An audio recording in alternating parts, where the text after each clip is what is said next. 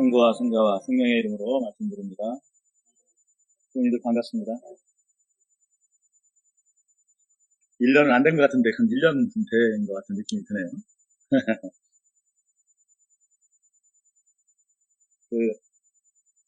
제가 가장 많이 방문할 교회라고 생각을 했었는데, 주교가 되었을 때. 그런데 오히려 다른 곳을 더 많이 방문하게 되는 사정이 생겨서 미안하게 생각합니다. 어쨌든 제가 이 주교직에 뿌리를 두고 기반을 두고 있는 교회가 진천 교회입니다. 오늘 성당 축성일을 기념해서 여러분과 함께 미사를 봉헌할 수 있어서 참으로 기쁩니다. 오늘이 선교로 따지면 121년이고 교회를 설립한 것으로 따지면 119주년이겠죠. 이 성당으로는 23주년. 오늘 이 순간까지 한결같은 은총으로 우리를 인도해 주신 하나님께 찬양과 감사를 돌립니다. 또 이 성당을 지을 때 지금은 하나님 나라에서 안식을 누리고 계신 교우님들 기억하면서 또 그분들 하나님 안에서 안식하고 또 하나님 안에서 하나님 나라에서 함께 기뻐하고 계실 것이라 여기기에 또 깊은 경의를 표합니다. 우리 진천교회 초기 역사를 보면 대한성공회라는 우리 교회가 이 땅에서 어떻게 존재할 것인가라고 하는 것을 잘 설명해주는 그런 첫 선조들의 교회를 시작할 때, 선교를 시작할 때 교회의 정체성과 또 앞으로의 선교를 설계한 것이 이 진천교회를 보면 대한성공회가 어떤 모습으로 이 땅에 서고자 했는지를 알 수 있습니다.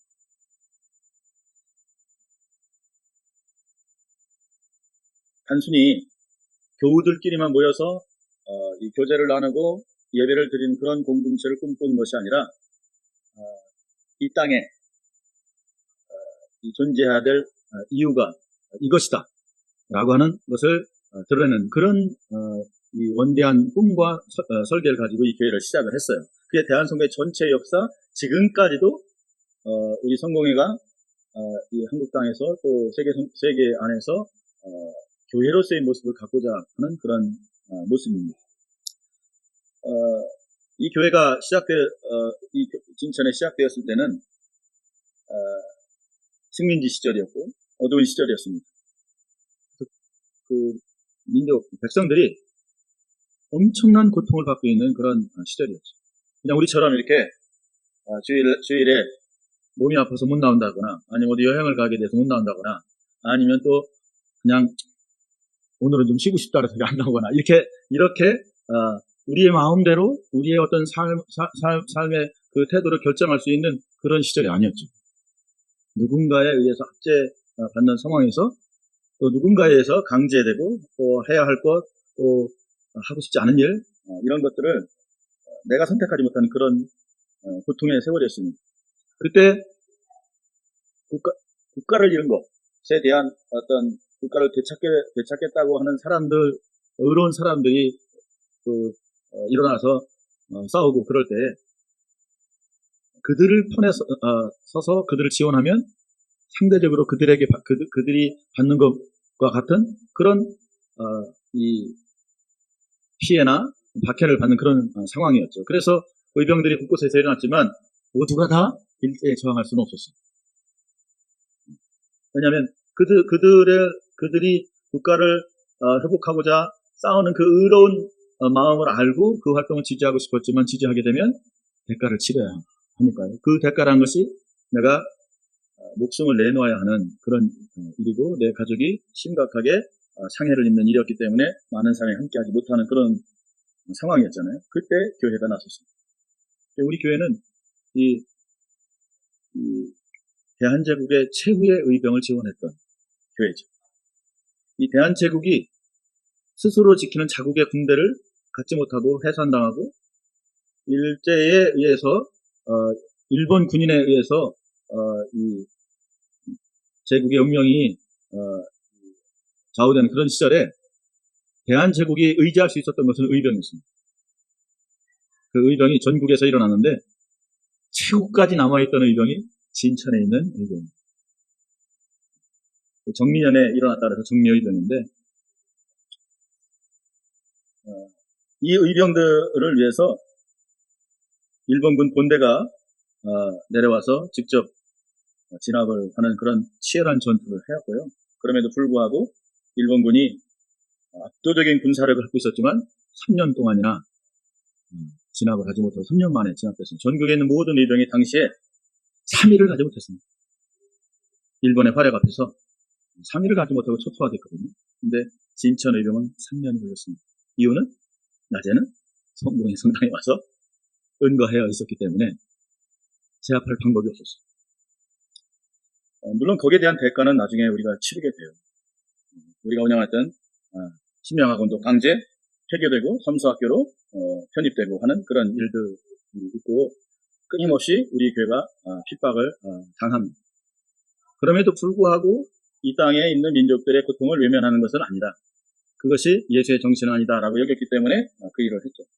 또 미래에 이 나라가 일본으로부터 독립하려면 지도자들이 양성돼야 되는데 그 지도자들이 지금의 이 방식의 교육으로는 이 문명을 앞세운 일본을 당해낼 수 없기 때문에 그들을 압도할 수 있는, 그들과 경쟁할 수 있는 학문을 가르쳐야 되겠다 그래서 신명학교라고 해서 새로운 문명학교라는 뜻입니다. 그것이 그런 학교를 세워서 이 미래 지도자들을 키웠죠. 그 미래 지도자들이 다 나중에 그 중에 있는 분들이 건국 훈장을 받고 우리나라 헌법을 제안한 재헌 국회의원이 되기도 했습니다. 또 아픈 이들을 위해서 병원도 세웠죠. 그 병원은 작은 그런 의원 수준의 병원이 아닙니다. 오늘날로 말하면 1급 병원인 종합병원이죠. 모든 과가 구성되어 있는 그런 병원이었고요. 이 병원은 멀리선 신의지에서까지도 찾아와서 치료를 받던 그런 병원이죠. 이 병원은 우리가 지금 저쪽에 있는 돌방이라고 하는 것이 남아프리카 공화국에 있는 어떤 신자가 봉헌해서 지은 성당인데, 그 수술방인데, 이 병원은 그 당시 대한성공회가, 그러니까 조선성공회가 갖고 있었던 가장 이 훌륭한 자원이었어요. 그것이 인천에 있었거든요. 그때 그 성누가병원이 있었어요. 만일 그 병원을 그대로 거기다 뒀다면 우리 성공회대학교가 의대를 갖고 있었을 겁니다. 과감히 포기하고 모든 의료 장비를 끌고 내려오게 되죠. 그러니까 성누가병원을 세웠을 때는 당시에 여러 외국의 선교사들이 다른 교단들이 그 교회를 위해서 오늘날의 연세대학교 병원처럼 그런 꿈을 갖고 세운 병원이었거든요. 그걸 과감히 접고 이쪽에 내려와서 의병들 치료하고 또 이 의료 혜택으로부터 소외되어 있는 시골 사람들 그들을 위해서 봉사하는 것이 맞다라고 해서 A병원이 설립하게 된 겁니다. 지금도 역사학자들은 그때 그 누가병원을 줬어야 되는데 하고 이렇게 후회하는 사람들도 있습니다. 그러나 의료 문제로 충분한 혜택을 받는 지역에 여러 병원이 있는 것보다 없는 곳에 가는 것이 낫다라는 선택을 한 거죠. 주님의 사랑을 이 땅에 그대로 실천하고자 했던 것이죠. 이게 이 교회가 설립될 때에 우리의 선조들이 생각했던 신앙생활의 태도입니다. 뿐만 아니라 진천교회는 최근 설립된 오창교회, 금왕교회까지도 역사를 이용할 수 있겠습니다만 오창교회를 제외한 오창 산남교회를 제외한 모든 충북 지역의 모교회입니다. 충청북도에 있는 모든 교회가 진천교회가 설립한 것입니다. 그러니까 선교에 있어서도 대단히 적극적인 선교를 하였고 또 1970년대에 그 대한민국 전체가 복음화 운동으로 신앙 운동을 할 때 진천교회 청년회장은 이 청년들 몇과 더불어서 오늘날로 말하는 기타를 들고 전국의 신앙 대회를 찬양 인도하는 그 찬양대로 활동했습니다. 그러니까 신앙적 열정도 있었고 사회의 어두운 곳에 찾아가는 그 누군가를 극렬히 여기는 그런 마음도 있었고, 스스로를 과감히 희생할 수도 있었던 그런 예수님의 모습을 보이고자 했다는 거죠. 그 힘이 오늘날 우리가 이 성당 축성을 기념하는 데까지 이어진 것이죠. 23년 전에 성당 건축할 때 회상해보면 참, 지금 와서 보면, 아무렇지도 않은 것 같이 어려지지만 그 당시에는 굉장히 어려웠던 일들이 많았죠. 중단될 위기도 많이 있었고요. 물질도 부족하고 정신적으로도 흔들릴 때가 많이 있었죠. 그런 스탄 고비 때 우리 교회 교우들이 취했던 태도는 끊이지 않는 기도였잖아요. 가장 큰 역할은 기도하는 사람들이 하는 것이다라고 하는 그런 마음을 가지고 기도로 극복을 했죠. 인간이 일을 하지만 결국 그것을 이루시는 분은 하느님이시다 라고 하는 그런 굳은 믿음은 우리 선조 때부터 이어져 온 복음에 대한 강한 그런 믿음이죠. 그래서 제가 여기 신부로 근무했을 때 늘 말씀드렸지만 우리 진천재단은 응답재단이에요. 응답의 재단. 제가 기도하는 습관도 사실상 이렇게 기도 제목 쓰고 이루어질 때까지 하고 이루어진 거 지우고 하는 습관도 사실 진천에서 이루어진 일이죠. 돌이켜보면 하나님께서 들어주신 기도에 대한 것들을 매년 새로 작성하면서 했던 그런 것. 오늘 일독수의 솔로몬이 했던 기도가 이루어지는 재단이 진천 것이죠.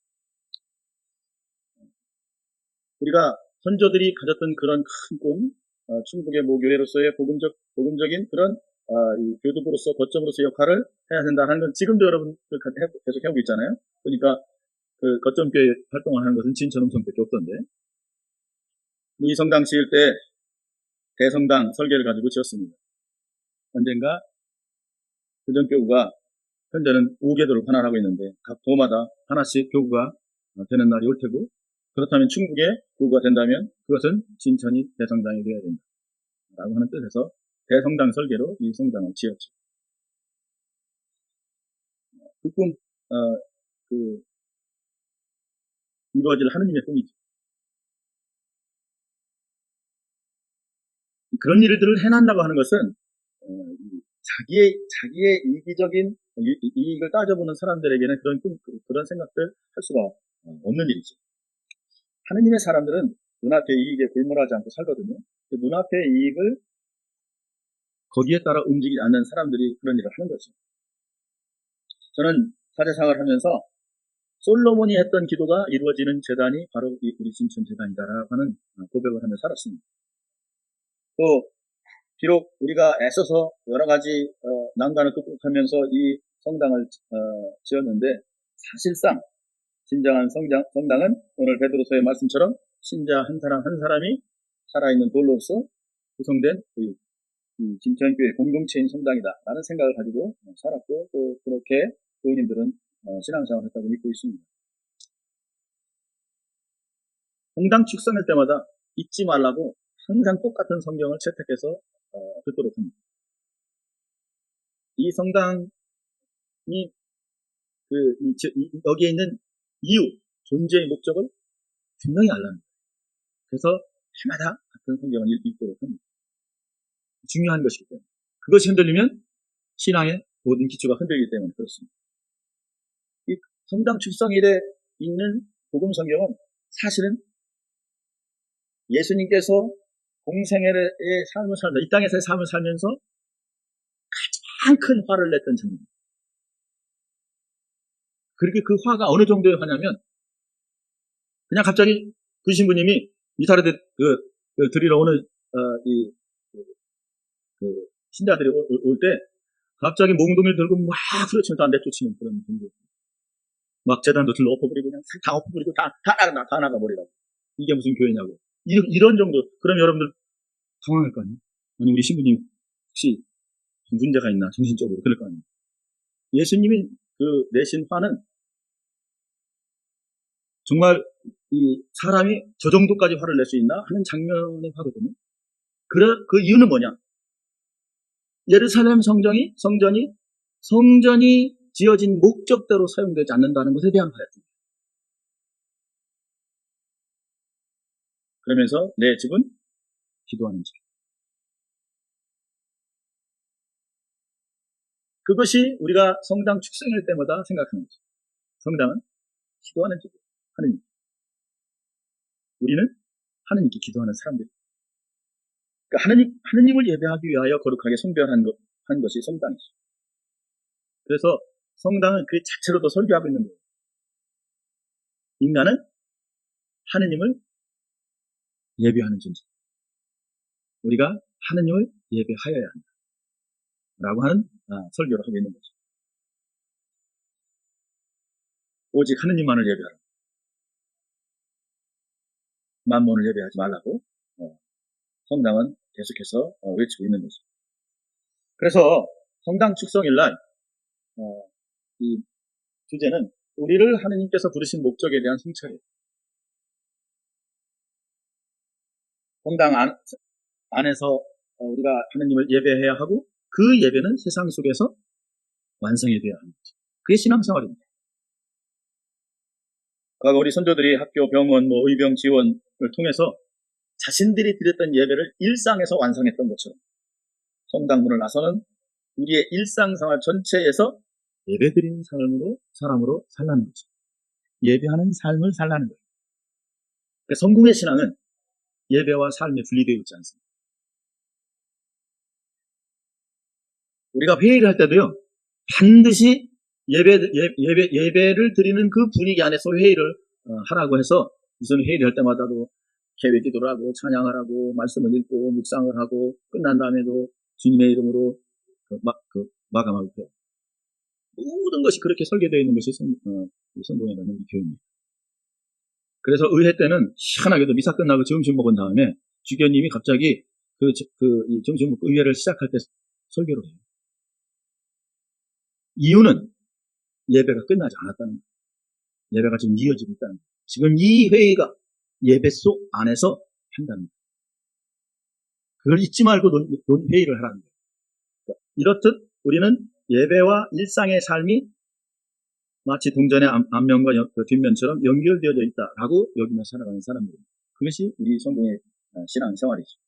오늘 우리가 들은 이 성당 축성의 거룩한 예배를 통해서 우리는 하나님과 깊은 교제를 나눕니다. 그리고 하나님께서 우리의 기도에 귀를 열고 계심을 우리는 확신합니다.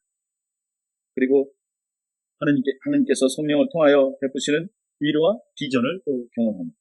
그리고 세상 속으로 나아갑니다. 그것이 우리가 기념하는 성당 축성 예배입니다.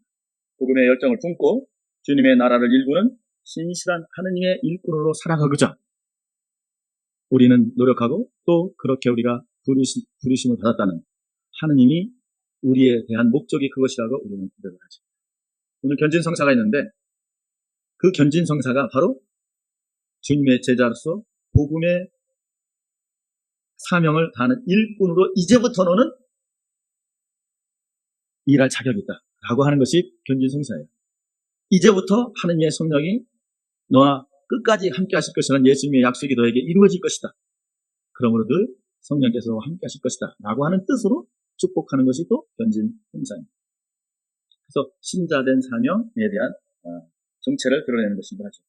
여러분들 반갑고 또 우리 교회가 가졌던 그 초기의 선교적인 이 꿈, 비전 이것을 100년이 넘도록 변하지 않게 보존하고 이어오고 또 지켜나가는 그런 자부심을 갖고 있는 여러분들 하느님의 크신 은총이 늘 함께 하시길 주의 이름으로 축원을 드립니다. 성부와 성자와 성령의 이름으로 말씀드립니다. 이제 견진성사